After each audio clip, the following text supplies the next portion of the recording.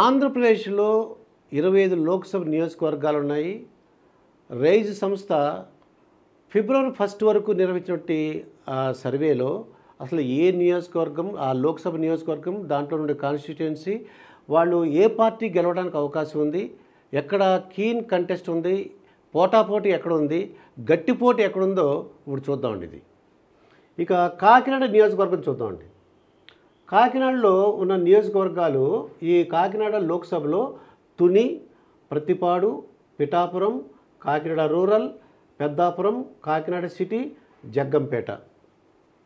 ఈ నియోజకవర్గానికి సంబంధించి తుని ఇక్కడ గట్టి పోటీగానే ఉంది, కానీ పోటాపోటీగా ఉంది. వైఎస్ఆర్సీపీ గెలవడానికి అవకాశం ఉందండి. తుని, ప్రతిపాడు వైఎస్ఆర్సీపీ గెలవడానికి అవకాశం ఉంది.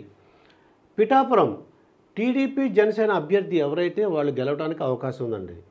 కాకినాడ రూరల్ గట్టి పోటీ ఉంది, కానీ ఇక్కడ జనసేన పార్టీ అభ్యర్థి గెలవడానికి అవకాశం ఉంది.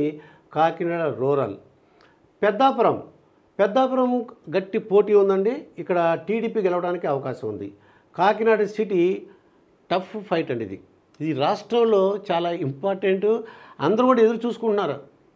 ఏ కాకినాడ అభ్యర్థి, కాకినాడ నియోజకవర్గం, ఈ కాకినాడ సిటీ ఎవరు అభ్యర్థి, ఎవరు గెలవడానికి అవకాశం ఉంది అనేది చాలా టఫ్ ఫైట్ అనమాట. ఇది గట్టి పోటీ, పోటాపోటీగా ఉంది. ఇప్పుడే చెప్పలేమంటున్నారు కాకినాడ సిటీకి సంబంధించి. జగ్గంపేట కీన్ కంటెస్ట్ ఉన్నా సరే ఇక్కడ టీడీపీ అభ్యర్థి గెలుస్తారని చెప్తున్నారండి. ఇది